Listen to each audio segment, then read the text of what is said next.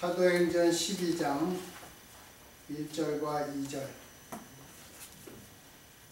신약성경 208페이지입니다. 사도행전 12장 1절에서 3절까지 읽겠습니다. 그때 헤롯 왕이 손을 들어 교회 중 몇 사람을 헤아려 하여 요한의 형제 야고보를 칼로 죽이니 유대인들이 이 일을 기뻐하는 것을 보고 베드로도 잡으려 할세 때는 무교절이라. 아멘. 우리가 지난주에 이어서 야고보 내용을 한번 더 하도록 하겠습니다. 우리가 마가복음 10장 35절에서 45절에 보면 우리가 지난주에 이어서 그 야고보와 요한의 예수님의 하나는 오른편에 하나는 왼편에 그렇게 앉게 해 주십시오 이렇게 말한 것, 그 마가복음 10장 35절과에서 45절이 그 얘기입니다. 그런데 이 사건이 일어난 시기가 참 미묘합니다. 32절과 34절에 보면 그 바로 앞에 예수님께서는 당신의 죽음을 예고하셨습니다. 그런데 야고보와 요한은 자신들의 야망을 드러내면서 영광의 자리를 구하고 있습니다. 예수님은 십자가의 순환을 말씀하시는데 두 사람은 지상에서의 권력과 영광을 가진 메시아로 주님을 보고 있는 것입니다. 그들은 마땅히 비난받아야 합니다. 그들은 예수님께서 그들에게 따라오라고 부르신 것이 그들을 구원하기 위한 부르심이며 또 그들로 하여금 많은 사람들을 섬기는 사역, 그곳으로 부르셨음에도 주를 믿고 따르는 목적이 너무나 세상적이며 현세적이었습니다. 이러한 모습은 또 우리들의 모습이기도 합니다. 우리도 이 모습에서 절대 자유롭지 않습니다. 우리의 기도를 살펴보면 여러분 주의 재림을 위한 기도는 정말 기도할 때 하시나요? 그것보다 우리가 당하고 염려하는 상황이 푸른 초장 맑은 물가로 변하기를 바라는 것이 저희들 기도의 대부분입니다. 예수님께서는 십자가 외에는 가실 곳이 없어서 당신이 마셔야 할 잔, 당신이 당하여야 할 그 피 흘림의 세례를 앞에 두고 계신데 우리의 죄된 속성은 하나님의 영광보다는 인간의 영광과 평안을 구하고 있는 것입니다. 그게 야고보와 요한이 제자였을 때 그때의 모습이고 또 우리들의 모습이기도 합니다. 그래서 지난주에 말씀드렸지만 야고보와 요한이 제자가 되었다, 그것이 아니라 제자가 되어가고 있는 중이다. 그것처럼 우리도 제자가 되어가고 있는 중입니다. 제가 이거를 이렇게 이제 어제 다시 한번 읽어보면서 우리 집에 강아지가 있잖아요. 강아지가 제 옆에 와서 이제 자꾸 이렇게 저를 쳐다보면 뭔가 요구가 있습니다. 아니 나는 지금 몸이 안 좋아갖고 있는데 걔는 와서 나를 계속 쳐다보고 먹을 걸 달래요. 과자를 달라는 것입니다. 그래서 제가 그 강아지를 보고 야고보가 그랬던 것처럼 내가 그러는 것처럼 강아지가 나한테 하는 것이 내가 예수님한테 하는 거랑 똑같구나. 예수님의 상태는 전혀 고려하지 않고 나 필요한 것만 달라 그러는구나. 그런 생각을 했습니다. 그럼에도 우리에게 위안이 되는 것은 예수님께서 이러한 모습까지 야고보와 요한이 우리가 예수님 앞에 좌의정 우의정이 되게 해주십시오 그렇게 얘기했지만 그들의 속마음, 겉으로 얘기하지 않은 더 큰 욕심이 그들의 마음에 있었을 것입니다. 그러한 모습까지 예수님께서는 다 아시면서도 용납하셨습니다. 그래서 야고보와 요한과 다른 제자들이 여전히 예수님을 믿고 따를 수 있었습니다. 우리도 믿음이 약해서 이리저리 불어대는 세파에 넘어질 듯 흔들립니다. 우리가 꿈꿔 있는 그러한 소망이 대부분은 세속적인 것임에도 불구하고 예수님을 믿고 따르려는 것만으로 예수께서 야고보와 요한처럼 우리도 동시에 데리고 가시는 것입니다. 잡은 손을 놓지 아니하시고 변함없이 아직도 사랑하시는 당신의 백성으로 예수님께서 여기신다는 것입니다. 예수님께서 우리의 손을 붙잡고 계시기 때문에 우리가 때로는 감사하고 때로는 원망하면서도 예수님을 떠나지 못하는 것입니다. 그 마가복음 10장 38절에 보면 예수님께서 두 가지 비유를 말씀하셨습니다. 하나가 나의 마시는 잔입니다. 좌의정 우의정이 되게 주시옵소서. 그러니까 너희가 나의 마시는 잔을 마시며 나의 받는 세례를 감당하겠느냐? 그렇게 말했습니다. 구약에서의 잔은 하나님께서 사람들에게 주시는 축복의 잔입니다. 시편 23편에 보면 무엇입니까? 내 잔이 넘치나이다 그랬습니다. 그러나 이사야서 51장에 가면 하나님의 진노의 잔이라고 나옵니다. 잔은 언제나 하나님께서 정하시고 그 잔을 감당하는 것은 인간입니다. 두 번째로 나의 받는 세례. 여러분 그 세례의 그 뜻은 담그다 그런 뜻입니다. 그 다음에 히브리 말의 세례의 과거 분사는 물에 빠지다 라는 뜻입니다. 일반적인 의미는 물에 빠져 있는 것 그렇게 사용합니다. 예를 들어서 술고래, 뭐 술독에 빠졌다, 노름꾼, 노름에 빠졌다 그렇게 얘기합니다. 유대인들은 이 말을 배글 있잖아요. 배글이 딱딱하니까 양젓에 이렇게 적셔서 그걸 먹습니다. 그러니까 푹 담그는 게 아니라 먹을 만한 부분만 담그는 거예요. 우리 장로교는 그렇게 그것을 강조합니다. 그래서 세례를 베풀 때 우리가 머리에다가 물을 뿌리든가 스프링클을 하는 것입니다. 반면에 침례교는 물에 푹 빠뜨립니다.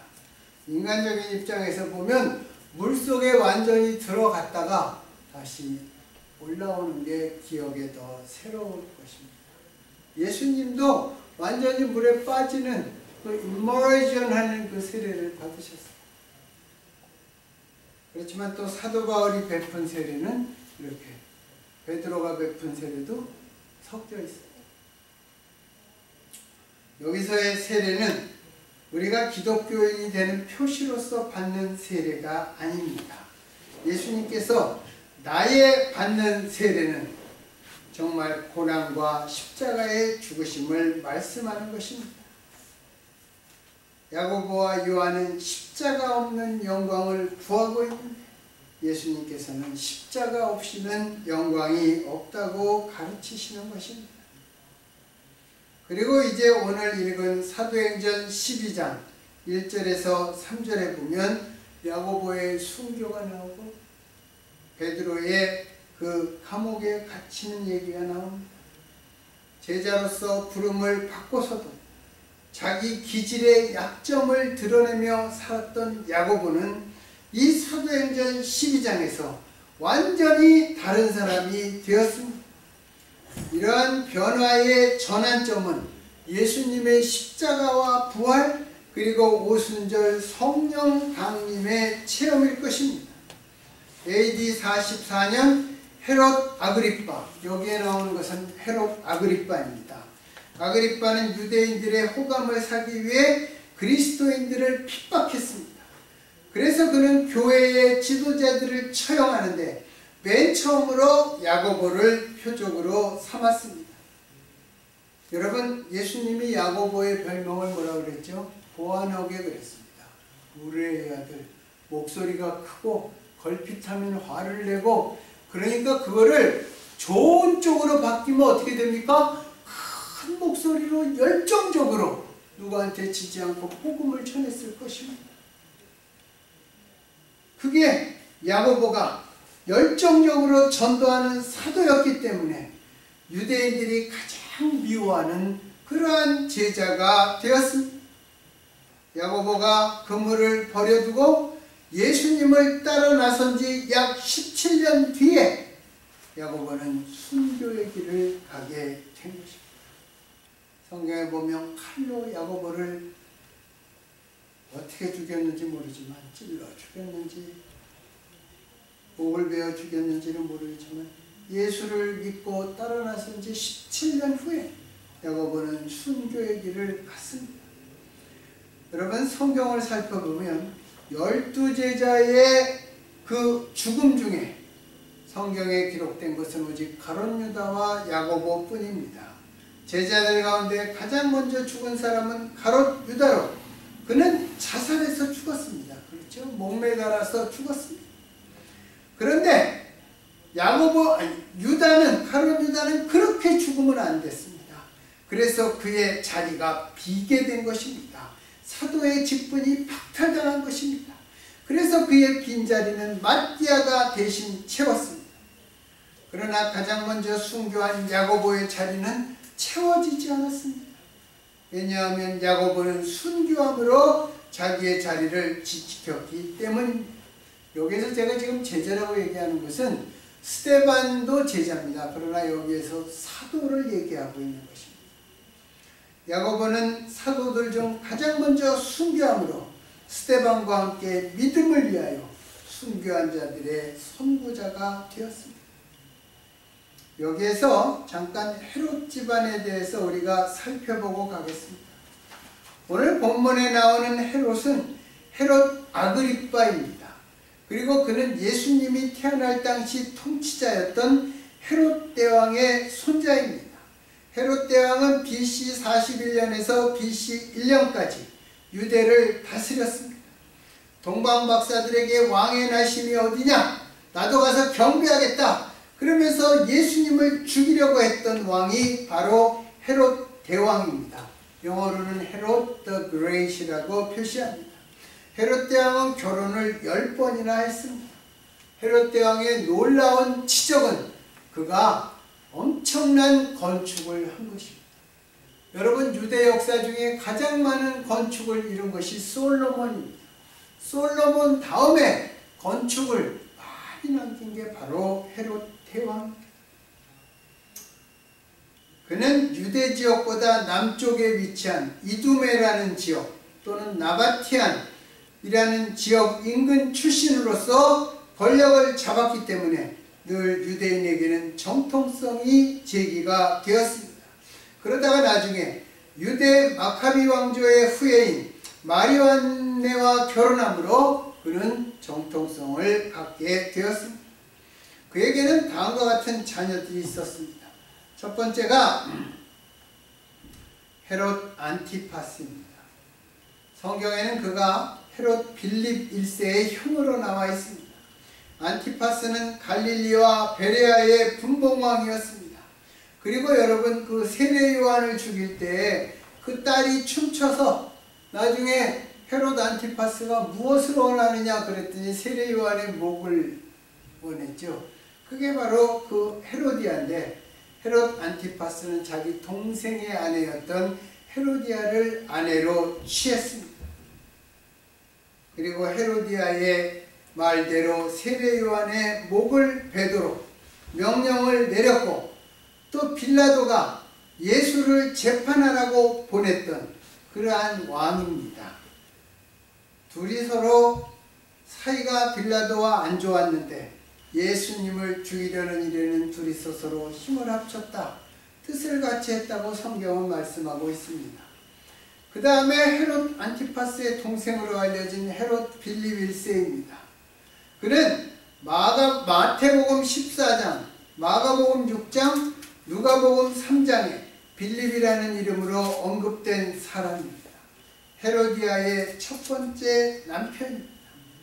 그는 특별히 무슨 분봉왕이나 통치의 지역을 그는 받지 못한 것으로 알려져 있습니다. 그리고 세 번째가 마태복음 2장 22절에 나오는 아켈라오입니다. 그는 유대와 사마리아와 이두메의 분봉왕이었습니다. 그는 전적으로 부정직하고 거짓의 사람이었기 때문에 얼마 후 폐위되었다고 합니다. 그 다음에 나오는 것이 헤롯 빌립 2세인데 그는 이두레와 드라고니의 통치자였습니다. 그는 그의 이름을 따서 가이사라 빌립보를 건설했는데 가이사라는 황제의 칭호를 앞에 붙임으로써 황제에 대한 자신의 충성을 표시했습니다. 신약에서는 누가복음 3장 1절에 빌립이라는 이름으로 등장합니다. 헤롯 대왕에게는 아리스토블루스라는 아들이 또 하나 있었습니다. 그는 마카비 왕조의 후예인 마리암네의 아들이었는데 아리스토블루스는 아버지인 헤롯 대왕에 의해 살해되었습니다. 그런데 아리스토블루스에게 헤롯 아그리빠라는 아들이 있었습니다. 이 아리스토블루스의 아들 헤롯 아그리빠가 야고보를 죽인 헤롯입니다. 그리고 헤롯 아그리빠에게는 자녀가 3명 있었는데 첫 번째가 아그리빠 2세, 두 번째가 베니게, 세 번째가 드루실라입니다. 헤롯 아그리빠 2세는 로마 총독 베스도가 바울을 신문할 때 그 자리에 찾아왔던 왕 아그리빠입니다. 사도행전 25장 26장에 나옵니다. 또 베니게는 그 아그리빠의 여동생이면서 아그리빠 2세와 함께 신문받을 때, 바울이 신문받을 때 그 자리에 나타났던 사람입니다. 베니게는 자기 오빠에게 정말 온갖 추한 그 아양을 떨면서 애인 역할을 했다. 그런 기록이 있습니다. 그 다음에는 드루실라인데 바울이 재판을 받을 때요, 여러분 로마 총독, 가이사라에 있는 로마 총독이 2명입니다. 첫 번째가 벨릭스고 두 번째가 베스도인데 드루실라는 총독 벨리스의 아내였습니다. 이게 헤롯이 이제 그 유대 지역에서 남긴 그러한 가족과 자손들입니다. 헤롯 아그리빠, 야고보를 죽인 헤롯 아그리빠는 아리스토블루스의 아들로서 헤롯 대왕의 손자입니다. 그 아그리빠는 그의 할머니가 마리아네로 유다 마카비우스의 주도로 그 안티오쿠스 에피파네스 4세를 몰아내고 약 100년간 유대의 독립을 이루었던 마카비 왕족 혹은 하스모니안 왕족 이루었던 원래 그 아버지가 제사장입니다. 그래서 그 왕족이면서 제사장 집안의 후손이었습니다. 아그리빠는 로마에서 교육을 받았으나 그는 유대의 율법과 풍속을 지킴으로써 유대 사람으로 살았습니다. 그래서 유대인들은 그를 좋아하였다고 합니다.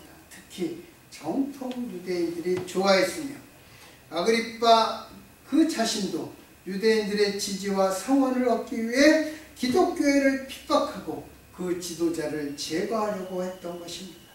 그래서 그가 야고보를 죽이자 유대인들이 좋아했던 것입니다. 야고보가 유대인들의 대중인기를 얻으려는 헤롯 아그리빠의 음모에 희생이 된 것입니다.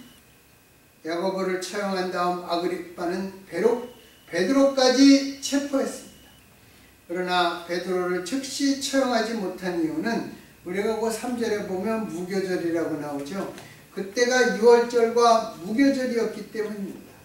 유월절은 유대력으로 정월달인 니산월 12일, 14일에 시작되고 누룩을 먹지 못하는 무교절이 연하여 21일까지 계속됩니다. 이 주간에는 재판이나 형집행을 할 수 없었습니다. 그래서 헤롯 아그리빠가 베드로의 형집행을 그 주간이 지나갈 때까지 연기한 것입니다. 그래서 베드로는 천사의 인도로 살아남게 되었습니다. 아그리빠는 단지 대중의 인기를 얻기 위한 의도로 야고보를 죽이고 유대인들이 좋아하자 베드로까지 죽이려고 한 것입니다. 이게 오늘 본문의 말씀입니다. 세월 속에서 야고보는 예수님의 부활과 승천, 또 오순절 성령 체험을 경험하면서 주께서 했던 말씀을 깨달았습니다. 이후에 야고보와 그 동생 요한은 비록 형제였지만 아주 다른 생애를 살았습니다. 야고보는 사도의 반열에서 헤롯 아그리빠에 의해 참수를 당해서 사도 중 첫 번째 순교자가 되었지만 동생 요한은 반모섬에서 풀려난 후 에베소에서 거의 100살까지 살았다고 전해집니다. 야고보에게 내려진 하나님의 잔은 순교였습니다. 반면 요한에게 내려진 하나님의 잔은 오랜 세월 동안 도피와 핍박과 유배 속에서 겪은 고통과 연단과 투쟁이었습니다. 오늘날에도 크리스찬들에게 내려지는 이 잔은 야고보처럼 짧고 고통스러운 순교가 있는 것가 하면 요한처럼 신자의 삶에서 부닥쳐오는 날마다의 희생과 고난, 그 안에서 겪는 외로움과 눈물과 연단이 있을 수 있습니다. 마가복음 10장 39절을 보면 야고보는 네가 나의 잔을 마시겠느냐? 그 예수님께서 말씀하시자 제가 그거 마시겠다고 대답했습니다. 그때 야고보는 그 말을 뜻도 모르고 했을 것입니다. 그러나 결국 그는 예수님이 주시는 잔을 마시는 자가 되었습니다. 예수님이 마셨던 잔을 이어서 마신 최초의 사도가 된 것입니다. 보아너게라는 별명답게 다혈질이고 성급했던 사람도 성령께서 충만함으로 역사하실 때 믿음으로 말미암아 순교할 수 있다는 것을 우리들에게 보여줍니다. 야고보는 성령 안에서 변화가 되어 열정적으로 주의 일을 감당했을 것입니다. 얼마나 열정적으로 복음을 전했든지 유대인들과 헤롯 아그리파가 제거해야 될 첫 번째 대상으로 지목했습니다. 세속적 야망을 크게 가졌다. 야망과 야심의 사람, 하나님 나라와 복음을 위하여 자신의 목숨을 기꺼이 바칠 수 있는 사람이 될 수 있다는 것을 우리들에게 보여주고 있습니다. 그의 마음의 중심에 인간적인 야망이 그 자리를 비워놓고 비껴나니까 그 마음의 중심에 복음과 순교의 각오가 대신 주인 노릇을 한 것입니다. 그는 우레의 아들로서 적극성과 추진력으로 복음도 그렇게 전했던 것입니다. 전승에 의하면 야고보는 오순절 체험을 한 이후 10년 동안 스페인에까지 가서 복음을 전하고 돌아온 다음에 순교하였다고 합니다. 그래서 야고보는 스페인에서 성자라고 불리고 있습니다. 예, 저는 여러분 역사 좋아하세요? 역사, 히스토리. 네, 저는 역사를 좋아했습니다. 어려서부터 제 어머니가 저한테 말로 역사 얘기를 많이 해줬어요. 그래서 그런지 어째서 그런지 역사를 저는 좀 좋아했습니다. 그렇다고 한 요만큼 정도 들은 거예요. 많은 데서. 신학교에 다닐 때도 앞으로 공부를 하면 교회사를 공부해 보고 싶다 그랬습니다. 교회사 중에서도 사건 중심이 아니라 인물사 중심, 그것을 했으면 좋겠다. 그런데 처치 히스토리가 정말 우리가 배우는 일반 역사보다 정말 어마어마하게 복잡해요. 뭐 이렇게 사람들이 생각이 복잡한지 단어를 찾아보면 사전에 나와 있지도 않습니다. 그들이 조금씩 다르게 얘기하는 단어 사전에도 없어요. 아무리 봐도 이해할 수가 없습니다. 그래서 참 제가 그때 그랬어요. 참 골치 아픈 놈들만 교회사를 하는구만 내가 그랬어요. 예, 그런데 그 교회사를 보면 불가능한 도전을 통해서 성취를 이룬 사람도 있고 돌다리도 두들기면서 안정 속에 번영을 이룬 사람도 있습니다. 짧은 기간에 이룩한 사람도 있지만 긴 시간에 걸쳐 목표를 달성한 사람들도 있습니다. 그들 모두의 공통점은 집념이 있었습니다. 그리고 깊이 생각했습니다. 그리고 열정이 있었습니다. 그리고 그들은 자기들이 이룩한 결과에 만족하지 않았습니다. 그 다음을 예상하고 도전하고 준비했습니다. 그래서 그런 사람들로 말미암아 역사의 인물사라는 분야가 세워지게 되었던 것입니다. 그 제가 좋아하는 순교자 중에 존 허스라고 있습니다. 존 허스. 마틴 루터 보다 조금 전의 사람이 존 위클리프, 존 허스 이런 사람들, 그 다음에 스위스 산중에 숨어들었던 탁발성단, 사제인데 이렇게 국어를 하면서 복음을 전하는 그런 사람들이 종교개혁의 뿌리가 된 것입니다. 씨앗이 된 것입니다. 그래서 마틴 루터가 그 비텐베르크 그 교회에다가 95개 조항을 써붙이고 난 다음에 그 사람들이 확 일어난 것입니다. 안 그랬으면 종교개혁은 성공할 수 없었을 것입니다. 그 중에 오늘날로 말하면 체코슬로바키아 출신인 그 자노스가 이제 마틴 루터와 비슷한 주장을 먼저 했다가 교황 앞에 나가서 교황이 사탄의 면류관을 잔 허스의 머리에 씌워줬습니다. 거기다가 판을 씌우면서 사탄의 면류관이라고 썼습니다. 그리고 십자가에 달려서 그때는 어떻게 하냐면 산채로 달고 밑에다가 불을 떼는 거예요. 장작불. 그러면 장작의 연기가 올라오니까 사람의 육신이 몸이 타기 전에 이게 질식해서 죽는 것입니다. 죽고 난 다음에 타니까 고통이 없고, 자너스는 그때 옆에서 아주 강한 바람이 불어서 연기가 자기 오지 않으니까 그 사람은 불이 자기 몸을 태울 때까지 살아있었다고. 그렇게 돌아갔다. 자너스가 죽으면서 천사가 나한테 말한다. 그래서 시편 23편 죽어오면서 노래했다.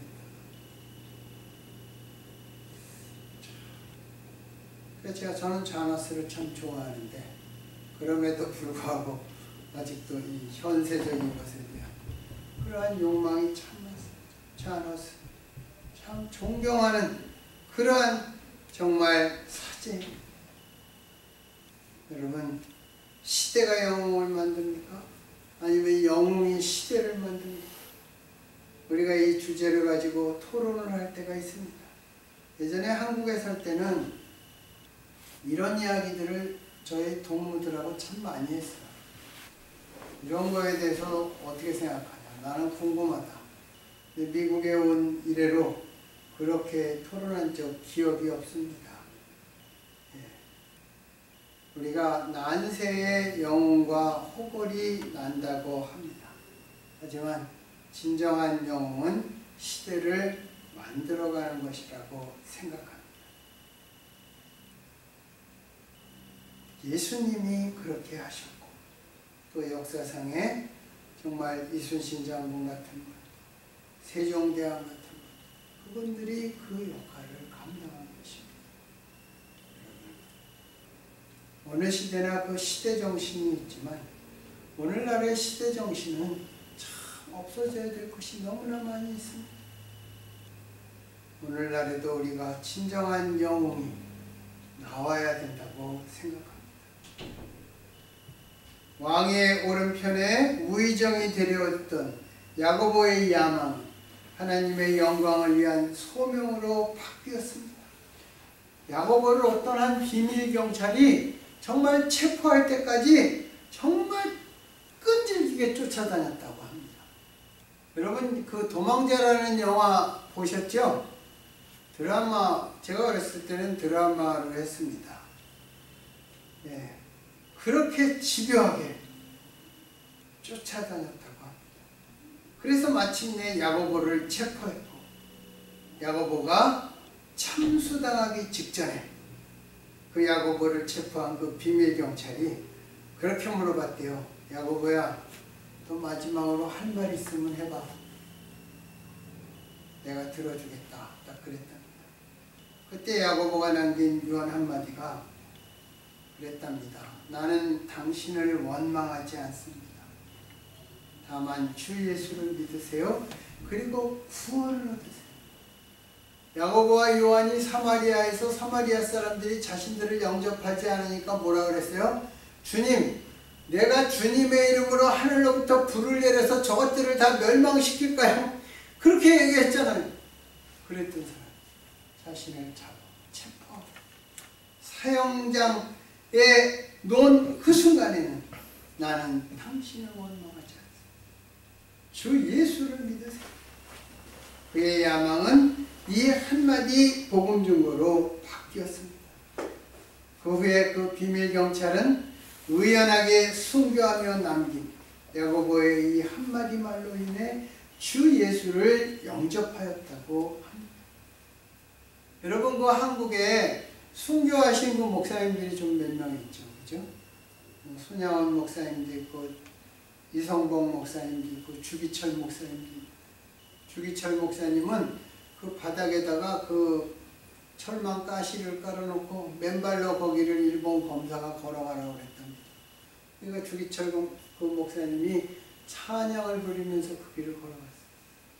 그러니까 주기철 목사님을 그 길을 걸어가게 했던 검사가 이거는 뭔가가 있다. 우리 눈에 보이는 게 다가 아니다. 그래서 그 일본인 검사가 나중에 그 사람들이 예수를 영접하게 되었다고 하는 것입니다.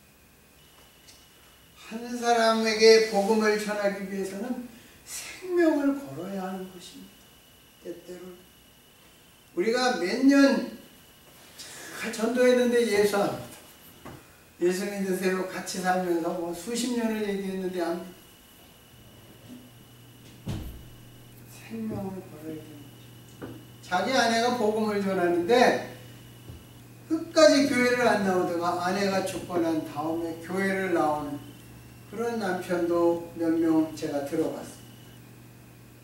예수를 믿게 하는 것은 생명을 걸어야 하는 것입니다. 별 볼 일 없는 한 사람을 위해서 그런 것입니다. 제가 이 야고보의 마지막을 머릿속으로 이렇게 그림을 그려보면서 저도 참으로 못된 나의 심성이 야고보처럼 이렇게 바뀔 수 있으면 얼마나 좋을까. 근데 안 바뀔 것 같아요. 안 바뀔 것 같습니다. 그럼에도 성령 안에서 앞으로의 변화를 소망해봅니다. 여러분 모두, 우리 모두 성령 안에서 이렇게 바뀔 수 있습니다. 그러한 믿음의 변화가 이루어지기를 예수님 이름으로 축원합니다. 기도하겠습니다.